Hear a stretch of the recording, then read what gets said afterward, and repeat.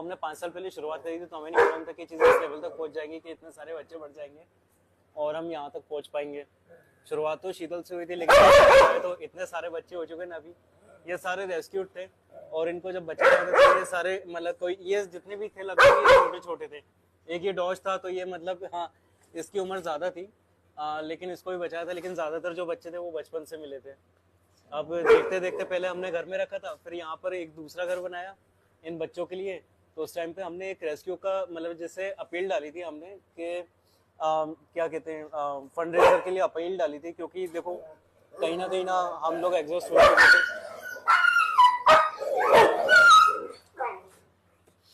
तो कहीं ना कहीं हम लोग एग्जॉस्ट हो चुके थे कि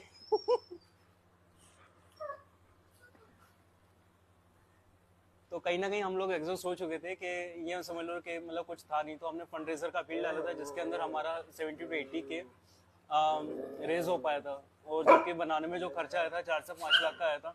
तो उस टाइम पे कुछ था नहीं सोर्स, तो मतलब उस टाइम पे हमने जैसे क्या कहते हैं तो हमने लोन उठा लिया था उस टाइम पे। तो अब जैसे तैसे करके बन तो गया था, छोटा छोटा जो भी था। ताजमहल हमारा तैयार हो चुका था, तो उसके बाद में यहाँ पे शिफ्ट किया। लेकिन कहीं ना कहीं अब इश्यूज ये आने लगे कि अब क्योंकि मैं इंडिविजुअली कर रहा हूँ मैं काम। अरे बात तो करनी